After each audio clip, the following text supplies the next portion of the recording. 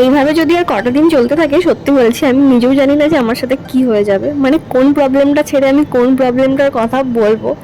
রাত্রেবেলা গরমে ঘুমোতে পারছি না, সকালবেলা ঘুম থেকে উঠতে পারছি না, রাত্রেবেলা 14 বার কারেন্ট যাচ্ছে, সকালে কারেন্ট যাচ্ছে, ভোরবেলা কারেন্ট যাচ্ছে, কুলারের হাওয়াতেও কোনো কাজ হচ্ছে না, কুলারে বালতি বালতি জল ঢালা হচ্ছে, তার জন্য পা হাত ফুলে গা হাত ব্যথা হয়ে যাচ্ছে। আর এইসব কারণের জন্য আমার খাওয়া দাওয়ার একদম 12টা বেজে যাচ্ছে। যেখানে মিনিমাম সকাল 7:30 থেকে 8টার মধ্যে আমার খাওয়া দাওয়া শুরু করে দেওয়ার কথা, সেখানে আমি খাওয়া দাওয়া শুরু করছি সকাল 10টা থেকে, তাও ঠিকঠাক কোনো খাওয়াটাই আমার টাইমে হচ্ছে না। সকালে যেহেতু দেরি করে সব কিছু হচ্ছে শুরু, ব্যাস সব খাওয়াটাই আমার দেরি হয়ে যাচ্ছে।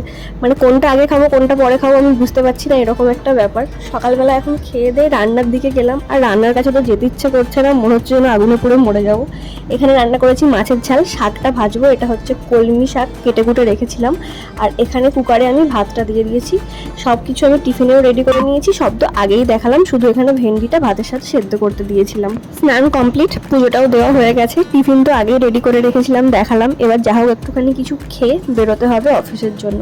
আর জানি না আজকে পড়ে মরতে এই গরমে আমার কেন এই পাউরুটি আর দুধ চা এক ডাবা খাওয়ার ইচ্ছা হয়েছিল।